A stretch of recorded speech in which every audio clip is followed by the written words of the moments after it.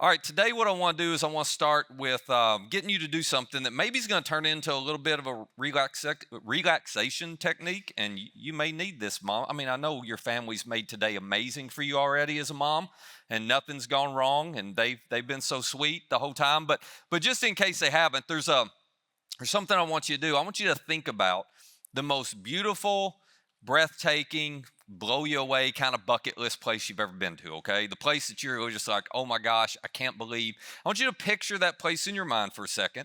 And then I want you to imagine what kind of person would complain about the place that you are thinking about right now. I mean, you can't imagine, can you? What kind of person would complain about something that extraordinary? Now, as I was thinking about this, a couple things came to mind for me over the last couple years. I've been really fortunate to find myself in a few of those blow you away kind of beautiful places. One of them that came to mind was Yosemite. Any of y'all ever been to Yosemite? Oh, okay, a handful of you.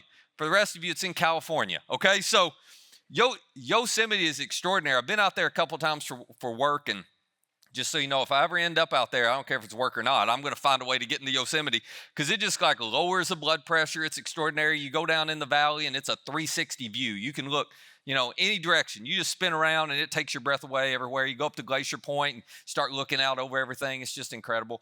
It's just a really, really unique, cool place. Picture doesn't do it justice. So I was a little surprised when I was doing some research on Yosemite to run across this very real online review. A person posted, trees block view and there are too many gray rocks. 1 star.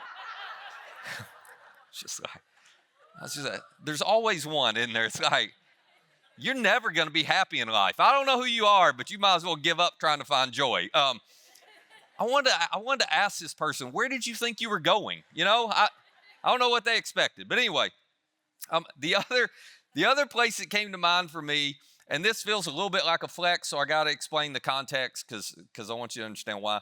But last year for my niece's senior trip, she wanted to go to Hawaii, and she wanted the whole family to go. So it became one of those big, everybody goes together over to Hawaii. And while we were in Hawaii, we were on Maui, and our family, my immediate family, we're big into going to national parks. And there's a national park there called Haleakala National Park. And the real thing you do in this park, I mean, you can go on trails, but honestly, there's not a ton to see. But the big thing that makes this park so attractive is that you can go up to about 10,000 feet to a summit, and you can be above the clouds, and you can watch a sunrise or a sunset. And it's, everything you read about was like, people were like, this is stunning. And so I asked my wife, would you like to go watch a sunrise? We'll have to get up about 3 a.m. to be able to do it, to get up there, because, there's always a line, only so many spots. And she said, do you want to get divorced? So I said, okay, how about the sunset? And she's like, that's much better. All right, so we didn't get up before sun got up, but we did see a sunset. This is the best picture I could find. This picture annoys me a little bit because my kids are in the way. I wish I could. You understand that, moms, don't you? Anyway. But you can kind of see like there's an observatory here, but if you start looking, you kind of see the clouds, and their heads are in the way of the sun. They've messed up the view. But you got, I love you, kid. My son's in here. I love you, James. But you were in the way. So anyway, you can kind of see that. I mean, it's just stunning because you watch sunsets. You never watch a sunset go below the cloud line. It was just the colors, everything was just unreal. So again, I was a little surprised when I ran across somebody who did this and posted pretty average experience. So 1 star. I'm like, all right, I don't think there's anything in the world that'll make you happy. I don't know what it is. But anyway, the reason I bring that up is I thought it might be a little encouraging, particularly for you moms, because next time this happens, and it probably will be today, next time your kids complain or gripe to you about something you didn't do well enough, you just remember, there are people in this world who just can't recognize greatness, okay? You're in the same category as Yosemite and Haleakala. Those 1-star reviews, they shouldn't faze you. Just go, oh, those people don't know. That's what I tell myself every time you give me a 1-star review on a sermon, by the way, and it helps me quite a bit. Hey, this is week 3 of our series we're calling Gaming Relationships. If you hadn't been with us, we're talking about games we tend to play in relationships that undermine the relationships we say matter most. Games we play in relationships that end up being counterproductive to the thing that we most want in relationships. Now, all of us are competitive. All of us like to win in different areas. Some of us are really, really competitive. And that's okay in most every area of life to pursue win-lose outcomes. There's a winner and there's a loser, and there should be, and that's perfectly fine. But when it comes to relationships, bringing that competitive spirit and playing win-lose games doesn't work very well. As a matter of fact, relationally speaking, a game that requires a loser is a game nobody wins. Just in relationships, when you are pursuing win-lose outcomes, when you're trying to get your way, but you winning means they're going to lose, that turns out to be a game that nobody wins. And this is true in every relationship and every facet of our lives. It's certainly true when you think about home. It's the easiest way to think about it, because you think you've won some arguments at home. You think you've gotten your way in some situations. But what prize did you actually win? Not one you wanted, was it? It didn't turn out well in the long run, because the win was not to get your way. The win in a relationship is always the relationship. And anytime we play these games, it's so natural to do, but anytime we play these win-lose kind of games in our relationships, and the relationship is not the ultimate win, you getting your way, my getting my way is, well, it undermines the thing that we actually want the most. And so over the last couple of weeks, we've been talking about some of these games that we all tend to play. They come naturally to us. We don't even realize sometimes we're playing them. Today, we're going to focus on this one, the change game. All of us have played the change game. You're very familiar with it. The change game is simply when you are in a relationship with somebody, work, home, school, team, you name it, and there's something about them you want to fix. You know, I want to fix him. I want to fix her. I want to change them. I want to change that. I want them to operate or act or think or interact with me in a different way. So you go about trying to change them, maybe without them knowing it. Some of you are really subtle. You try to do it without them knowing it. Some of us are a little more forceful. We just come in and be like, hey, so we're just very direct about it. But the problem is, and you know this, I'm not telling you anything you don't know. The problem is when you play the change game in a relationship, it is always detrimental to the relationship. But it is so natural to do this because it is so natural to be critical. It is so natural to focus on the negatives over the positives. It is so natural just to hunt for the faults of another person and to be quick to point all of that out. And then, as if that isn't enough, the other reason it's so detrimental is because when you play the change game, you are actually trying to play the role of God in that person's life. In essence, you are saying, no, I'm going to step in. I know what's best for you. And so I'm going to act as if I'm God, and I'm going to tell you all the things that need to change in your life so that you can live the best life you could possibly live.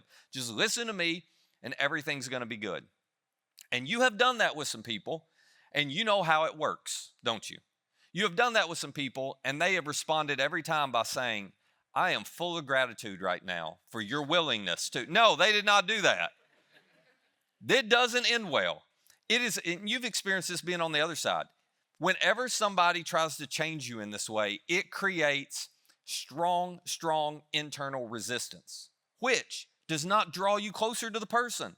It pushes you further away. It creates distance in your relationship with that person, which again, this is all I want you to think about. It is counterproductive because the thing that you both want in that relationship, whatever the relationship is for it to be a healthy relationship, for it to work well, for it to be something that is life-giving to you. And instead, you are engaging in a game that's actually creating the exact opposite effect. You think by trying to change them, it's going to make your relationship better. If you just fix that or change that, we would be better. And in reality, by pointing that out, you are making things worse. And you are stepping into the role of God in somebody else's life. Maybe this is why in Jesus' most famous teaching, he looked at his crowd one day and he said these words that you've heard before: do not judge. Do not judge. In other words, don't play the change game. Now, judge doesn't mean there's no such thing as right and wrong and that you can't, have a sense of that. Judge doesn't mean you can't have honest conversations that are full of love and grace and truth, hard conversations with somebody else. That's not what he's saying. This word judge, here's what he was conveying. He was saying, do not carry an attitude of superiority in your relationship with anybody else.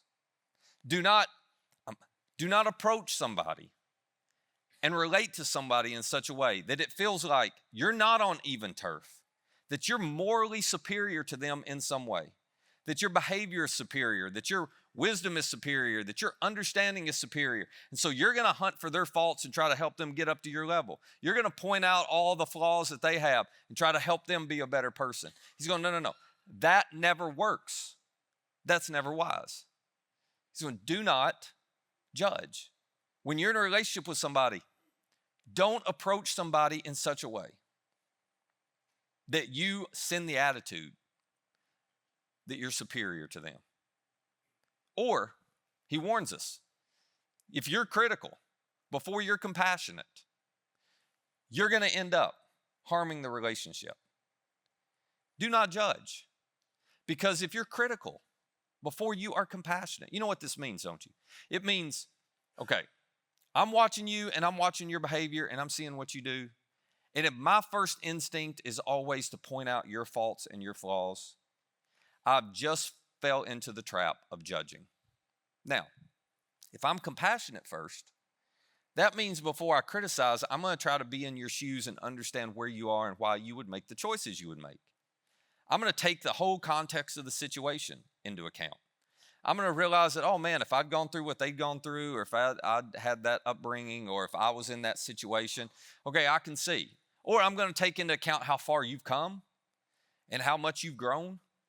So I'm going to think about the person first before I'm quick to criticize a fault in them. Jesus is going, you know how you stay out of this trap? You're not critical before you're compassionate. Or another way to think about this is, you don't need to be legalistic rather than loving. Legalistic rather than loving. In other words, you can never elevate your moral, or hey, if you're a Jesus follower, if you're a church person, you can never elevate your moral or your theological position above the person. Whenever your sense of right and wrong, that's your moral standard, or in some cases your theological standard. Whenever your sense of right and wrong is more important to you than the person across from you, you got it wrong. This is what Jesus is trying to help us understand. Whenever your moral position of right and wrong devalues the person across from you, you have done something wrong. So he says, do not judge, or you too will be judged. For in the same way you judge others, you'll be judged with the measure you use. It'll be measured to you. None of us want to be treated this way, do we? None of us want somebody, you know how you react when somebody judges you, points out your flaws, hunts down your faults, and tries to get you to change. Whenever somebody tries to fix you, you resist it. You hate it. He's going, okay, well, you don't want to be treated that way. So you better watch how you interact with people in all of your relationships, because if you play the change game with them, they will, in essence, play the change game with you. It's just natural. And it will become a vicious cycle that ends up tearing apart a relationship, damaging a relationship that you actually value. When there's an issue that you have, how do you want somebody to approach you about it? Not with carrying an attitude of superiority, do you? You want them to approach you with love and humility and kindness. And you have had some moments where people approached you that way, and you were wide open to listening what they had to say. You did not get defensive because you felt accepted. But when they approach you carrying an attitude of superiority, you always resist. So he's going, okay, you know how you want to be approached. Just approach people the same way. Don't have this mindset that I'm better than you because I don't have that issue and you have that issue. Jesus says, you have lost touch with reality. He asks us a question. He goes on and he says, why do you look at the speck of sawdust in your brother's eye? You pay no attention to the plank in your own eye. Now, I know the answer to this question. The answer, Jesus, is I actually don't have a plank in my eye. That's the answer. So I think I'm doing pretty good here, and they don't have a speck. They're the ones with the plank. And Jesus going, okay, you missed it. You missed it. His point is, you carry an attitude of superiority and fall into the trap of judging people when you are not self-aware of your own issues, when you have blind spots. As long as you are unaware of all the things going on in you that need to be fixed, as long as you're unaware of what it's like to be on the other side of you, as long as you're unaware of, oh man, I probably am doing things that are also creating issues. As long as you're unaware of that, it's really easy to say, oh, I got a little speck, you got a plank. Jesus is going, no, no, no.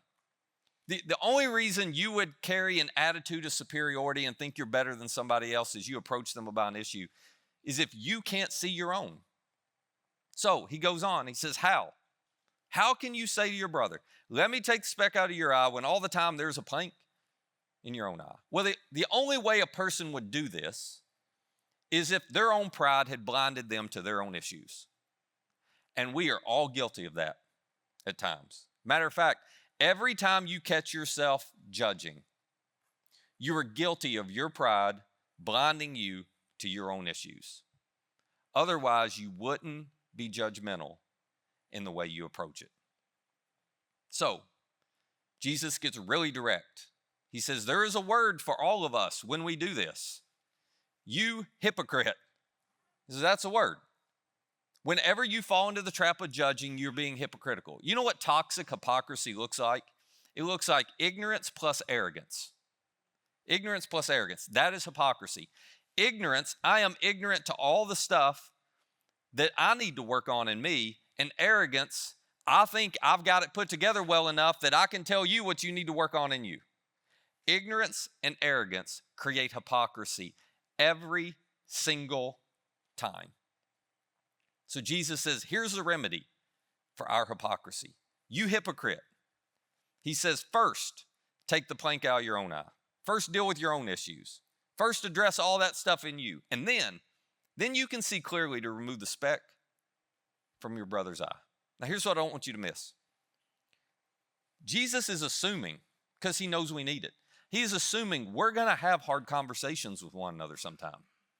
He's not saying never have that. He's not saying never sit down with somebody that you're in a relationship with and say, hey, there's something going on that I'm noticing. I just want to talk to you about it because I'm afraid it's going to hurt you. Or I want to get some more context around it because I'm afraid it might lead you in a direction you don't want to go. No, he's saying absolutely have those conversations.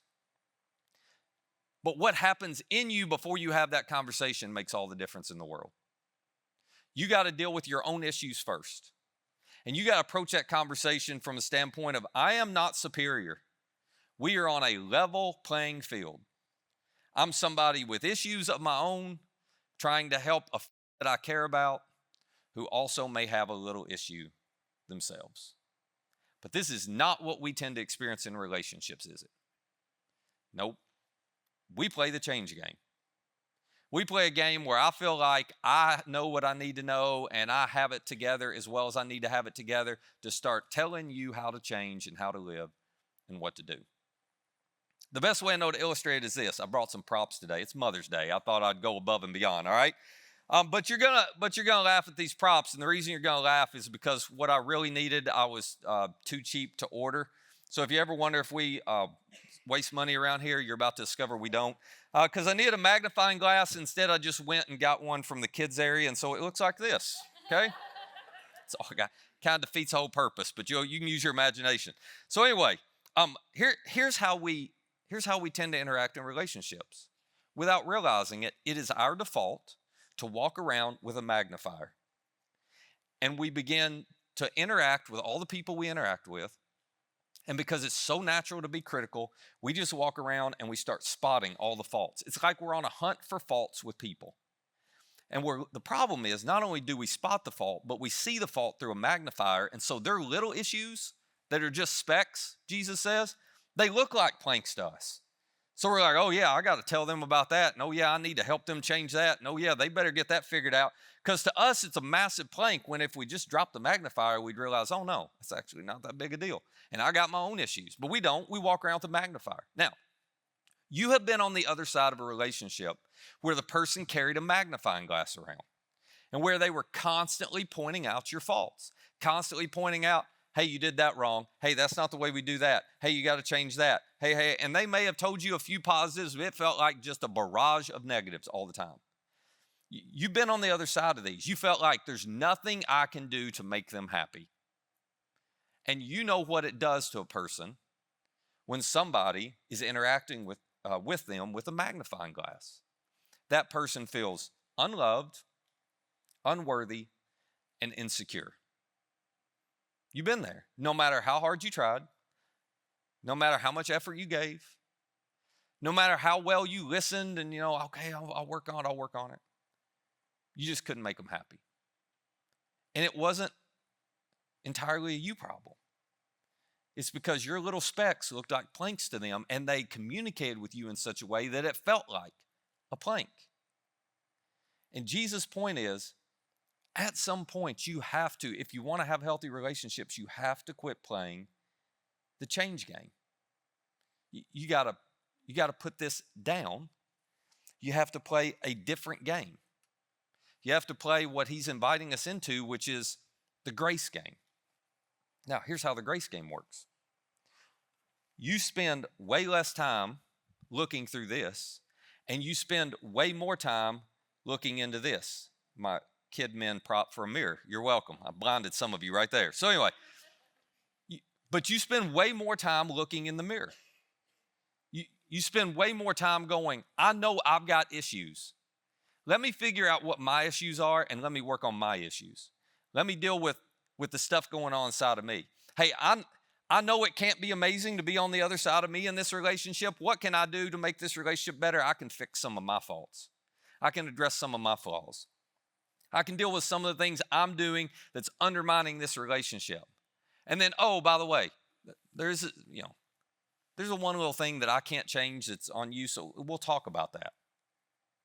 But when you play the grace game, you are not approaching it with carrying an attitude of superiority.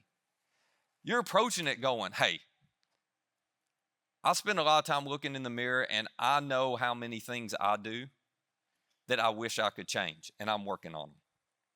So I'm not talking to you about this because I think I'm better than you. We're at a level playing field. I may not even be as good as you, but there's something because I care about you that I want to talk to you about. That is an entirely different conversation, isn't it? When you play the grace game, when you come from the standpoint of, no, I'm no better. We're trying to help each other. I need your help, and there's something I want to ask you about. That is received differently. And it's received differently because you approached it with love, humility, and kindness, which means that person knows they are fully accepted by you. And acceptance paves the way to influence. And here's the irony.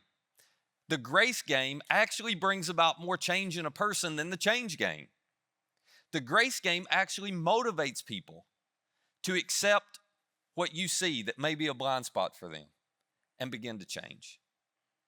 But a magnifying glass, they'll never respond well to that. So if you're sitting there going, well, I don't know how to tell which I'm doing. Well, here's a simple way to tell. Here's how the grace game works. Your heart loves people before your mind judges them. That's how you're playing the grace game. In other words, when I see something in you, if the first reaction I have is for my mind to judge you and to point it out, or maybe to talk about with somebody else, or even internally to go, I can't believe, and they need to fix and change, and that's messing with me. If your mind is the first response you have, I'm going to be critical and judgmental. You're playing the change game. The way the grace game works is I see something in you, and the first thing that engages is my heart and my love for you. And I'm more concerned with what it's going to do to you and the impact it's going to have on you than how it's impacting me. And I'm more concerned with making sure you know that you are loved and accepted by me than you behaving in a way that works better for me. That's a grace game. And that leads to a very different conversation. So, my question for you today is really simple. Which one of these do you hold up more in your relationships? And if it's just been natural for you, like a lot of us who don't even realize we're doing it, if it's just been natural for you to hold up a magnifying glass, if it's just been natural for you to be critical and point out faults and flaws, and well, yeah, I see what could, if you just do what I said, you'd be so much better. The challenge for us is to put this down and to pick this up and to look in the mirror and to own our stuff and to be honest about our stuff, and maybe to go to the person that we're in a relationship with and say, I think I've identified some stuff in me that's probably impacting you. And I want you to know I've seen it and I'm sorry. It's not a blind spot anymore. And I'm working on it and I'm going to try to change. That's what the grace game looks like.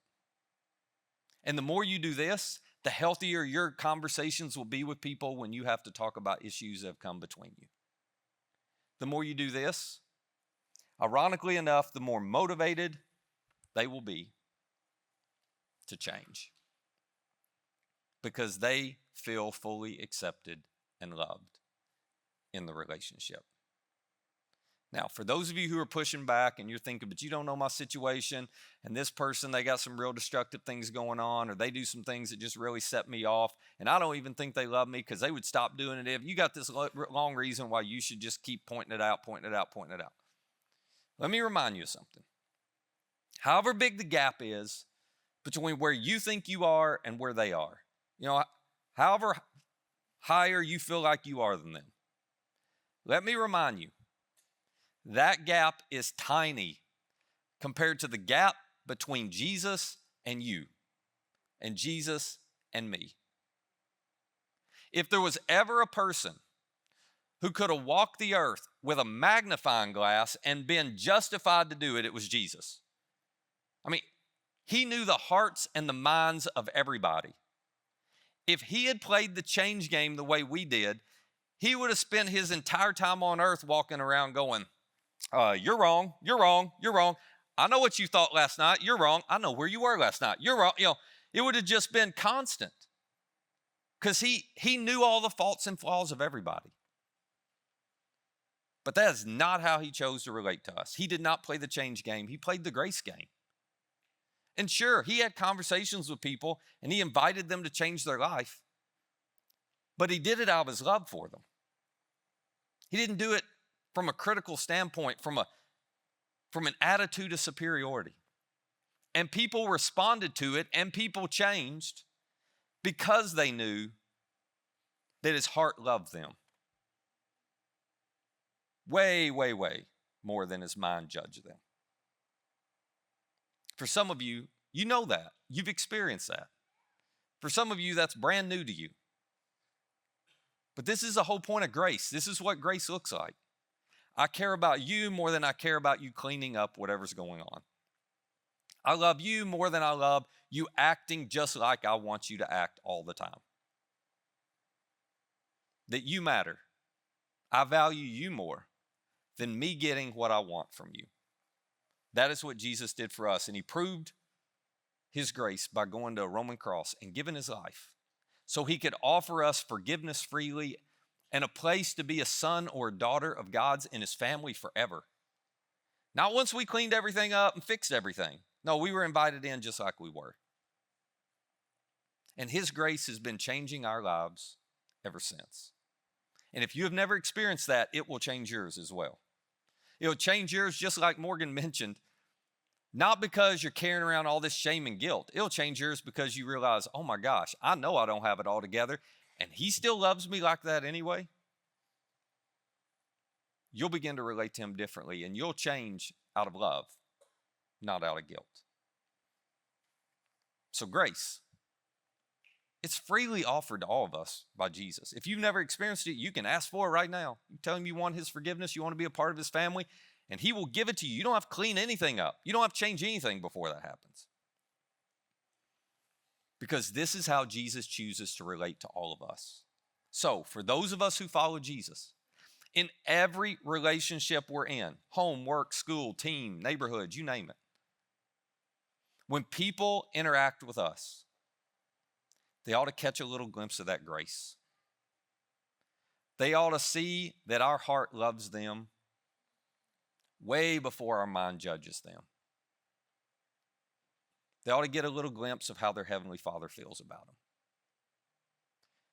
This is how you win in a relationship. Not by judging, carrying an attitude of superiority, but by putting down the magnifying glass, picking up the mirror, and saying, hey, you help me, I'll help you, and we're going to love each other through it no matter what. Let me pray for us.